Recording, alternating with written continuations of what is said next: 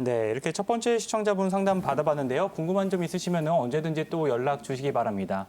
저희는 이어서 다음 시청자분 상담 받아보도록 하겠습니다. 안녕하세요, 시청자님. 예, 예. 네, 시청자님 어떤 고민이 있으신가요? 이거 전립선 비대증이라 그래가지고요. 예, 예. 병원에 한 6개월간 약을 먹고 있는데, 네네. 효과가 없는 것 같아요. 현재 약을 복용 중이신데 효과가 없으신 것 같다고요? 예, 예. 네, 시청자님, 이용철 원장님 연결해 드릴 테니까요. 궁금한 점 네. 해결해 보시기 바랍니다. 예, 예. 네, 안녕하세요. 반갑습니다. 예, 예. 네.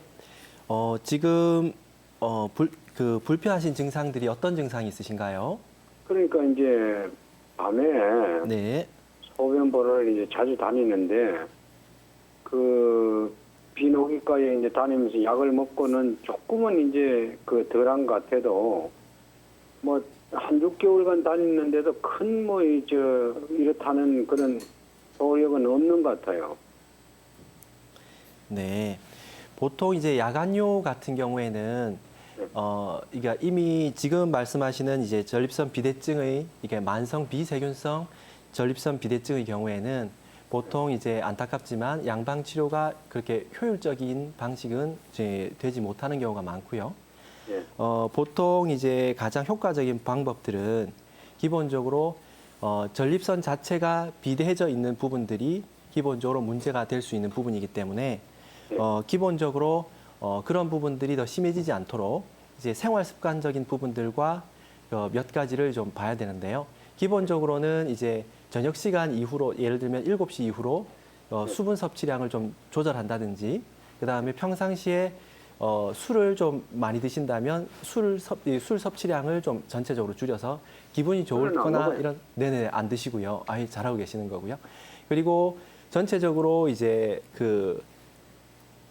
부분에서 가장 중요한 거는 이제 사실 정확한 부분들은 이제 체질적인 부분이라든지 다른 부분을 좀 보기 위해서 더 명확한 치료는 이제 집 근처에 있는 이제 한의원에 가셔서 상담을 해보시는 게 더 좋기는 한데 지금 설명드릴 수 있는 부분들은 먼저 생활적인 부분에서 음식적인 부분을 좀 권해드린다면 기본적으로 이제 아연 같은 게 많이 들어있는 굴이라든지 그다음에 뭐 라이코펜이 많이 들어있는 토마토 그다음에 이소플라본이 들어있는 콩류, 뭐 예를 들면 된장찌개라든지 두부 종류라든지 그다음에 사과 종류라든지 이런 종류들을 좀 드시면서 먼저 관리를 습관적인 부분들이나 이런 내부적인 부분을 좀 관리를 하면서 먼저 정확한 부분들은 이제 야간요 증상 하나만 가지고 본다기보다는 다른 부분들도 좀 같이 봐야 될 부분이고요.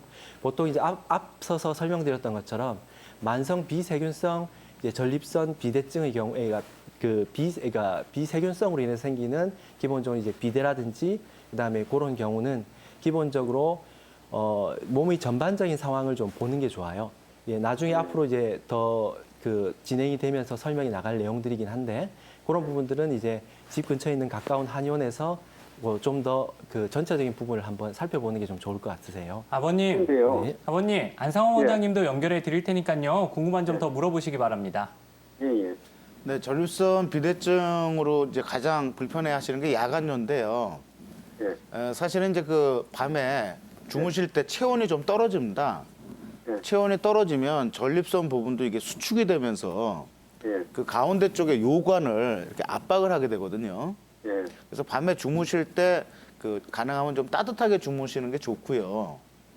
또 저녁 시간에 뭐 반신욕 같은 거 좀 하신다든지 또 뭐 주무시기 1시간 전에는 수분 섭취를 좀 억제하신다든지 또 낮에 생활하실 때 걷는 운동을 한다든지 사실은 어떤 거 한 가지만 갖고 이게 전립선 비대증이 딱 이거다라고 말씀드리긴 좀 어렵기 때문에 만약에 양약 복용만 갖고 잘 안 되신다면 지금 말씀드린 방법들을 하시면서 한의학적인 치료 또 봉침 치료를 한번 시도해 보시는 것도 좋을 것 같습니다. 그렇군요. 이런 경우에는 저녁에도 몸이 좀 체온이 떨어지지 않게 조절을 하는 게 굉장히 좋을 것 같습니다. 이렇게 한의사님들과 1대1 상담 이어가고 있는데요. 이 밖에도 건강에 대한 궁금증 있으신 분들은 02-2000-4959로 지금 바로 연락 주시기 바랍니다. 오늘 건강한의사 수요 건강 스페셜 남성 질환에 대해서 이야기 나눠보고 있는데요. 계속해서 전립선염의 한방 치료에 대해서 이야기 나눠보도록 하겠습니다. 오범성 왕자님, 이렇게 한방 치료를 통해서 실제 전립선 환자들이 그 후에 예후들은 어떤가요? 예, 일단은 한의원에 주로 오시는 분들은요. 먼저 한의원에 오시기 전에 비뇨기과에 좀 들렸다가 검사랑 모든 걸 마치시고 오시는 경우가 많습니다. 특히 아까 말씀드린 대로 만성 비세균성 전립선염 같은 경우에는 항생제로 치료가 잘 되질 않거든요. 예, 그래서 지금 저희 같은 경우에는 봉침, 아까 말씀드린 대로 이제 그 그럼 병침을 어느 정도에 한 번씩 맞는 게 좋은가요? 예, 보통 주 1회에서 2회 정도 권해드리고요. 보통 주 2회 정도 봉침 맞으시면서 같이 한약을 복용하시면은 3개월 정도 되면은 뭐 증상이 완전히 다 없어진다고 말씀은 못 드리지만 어느 정도는 많이 호전된다고 말씀을 드릴 수 있습니다. 특히 지금 이제 제가 치료했던 환자분 나오는데요. 이분은 48세로 전립선염으로 상당히 오랫동안 고생을 많이 하셨어요. 그래서 이제 특히 호소하셨던 증상이 회음부 통증을 좀 많이 호소를 하셨습니다. 그래서 뭐 장거리 운전을 한다든가 오랫동안 앉아 있는 거를 상당히 힘들어 하셨고요. 그리고 이제 소변이 잦고 야간뇨와 잔뇨감이 심하셨습니다. 이분 같은 경우에는 이러다 보니까 이게 지나면서 결국에는 발기부전이랑 조루 같은 성기능 저하 문제까지 생겼거든요. 하지만 이제 봉침을 맞은 경우에는 보통 한 2회 정도만 치료했는데도 회음부 쪽의 통증은 많이 줄었다고 말씀을 하셨습니다. 그 이후에 소변 문제는 봉침과 한약을 같이 치료하여서 많이 호전이 되었습니다. 그렇군요. 또 이용철 원장님이 상담을 하면서 토마토를 먹으면 좋다 이런 얘기를 해주셨거든요. 전립선염으로 고생하는 환자들을 위한 생활요법들, 토마토 말고는 또 어떤 것들이 있을까요? 네, 보통 가장 많이 듣는 질문 중에 한 가지인데요. 먼저 토마토 같은 경우는 약간 익혀서라든지 이렇게 해서 생으로보다는 그렇게 좀 해서 드시는 게 더 좋을 것 같고요.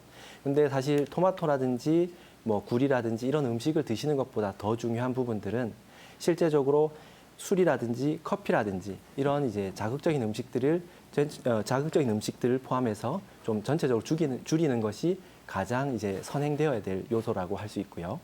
그리고 전립선염의 경우에는 가장 중요한 것이 오래 앉아 있지 않는 것이 가장 좋은데요.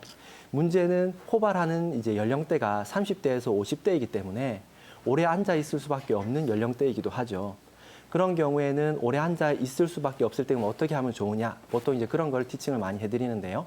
보통 일반적인 수건은 좀 얇고 푹신하지 못하기 때문에 가장 좋은 것은 이제 우리가 비치 타올이라고 해서 두껍고 이런 타올을 보통 한 2개 정도를 준비해서 동그랗게 이렇게 원형으로 만들어서 도넛 모양으로 만들어요.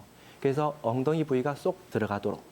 그렇게 하면 전립선 부위가 눌러지지 않기 때문에 상대적으로 생활을 하더라도 전립선 증상이나 이런 부분 때문에 불편한 증상들이 훨씬 덜해질 수 있습니다. 먼저 그렇게 생활해 보시는 걸 권해드리고요. 그리고 또 한 가지는 이제 똑같은 선상의 이야기지만 자전거라든지 특히나 이제 오토바이라든지 이런 게 앉아서 하는 운동들을 상대적으로 좀 줄이시는 게 좋고요. 나는 건강해야지 이렇게 해서 보통 많이들 하시는 게 헬스장 가셔서 러닝머신이라든지 이런 것 이후에 꼭 쉬는 타이밍에 앉아서 자전거 같은 걸 많이 타시는데요. 특히나 이제 전립선 관련돼서는 자전거를 많이 타시는 걸 먼저 좀 제외하시는 게 좋으실 것 같으세요. 그리고 이제 보통 온열요법이라고 금방 말씀해 주셨던 것처럼 온열요법이 많이 활용되어지면 참 좋은데요. 대표적으로 반신욕이나 좌욕 같은 게 있어요. 좌욕 같은 경우 특히 이제 좌욕을 많이 권해드리는 편인데요. 기본적으로 좌훈하는 부위 자체가 이제 바로 직접적으로 그 부위를 자극해주기 때문에 전체적으로 염증이라든지 이런 걸로 인해서 고통스러운 부분들이 많이 해소될 수 있는 부분이 되고요. 그리고 또한 주 1, 2회 정도의 정기적인 성생활을 보통 많이 권해드립니다. 사정액의 30% 정도가 보통 전립선액이 배출되기 때문에 전립선액이 자연스럽게 배출되게 하는 가장 좋은 방식이기도 하죠. 그래서 기본적으로 오랫동안 그런 부분, 그러니까 배출이 안 된다면 또 더 심해질 수 있기 때문에 규칙적인 성생활을 또 기본적으로 생각을 하고 계시는 게 좋고요.